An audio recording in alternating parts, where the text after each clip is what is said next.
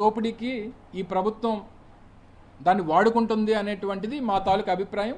దాన్నే మా ఎంపీ గారు వారి పిల్లి రూపంలో ముందుకొచ్చారు ఆ పాలసీకి వ్యతిరేకంగా.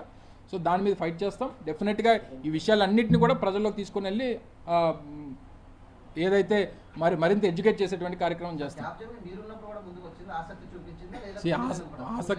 ఆసక్తి చూపించడానికి 100 కంపెనీలు వస్తాయి.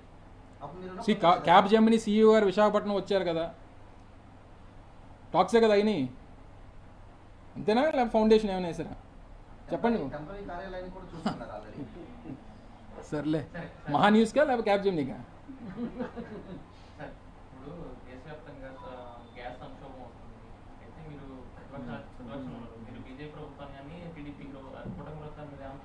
ఇది ఇంటర్నేషనల్ ఇష్యూ. ఇది ఒక అమర్నాథో లేకపోతే ఒక ఉదయో లేకపోతే ఒక నాయుడో తీసుకోవాల్సినటువంటి నిర్ణయాలు, లేకపోతే మనం ఏదో ఇక్కడ ఆలోచన చేస్తే జరిగిపోయేటువంటి పరిణామాలు కాదు. ఇది కేంద్ర ప్రభుత్వం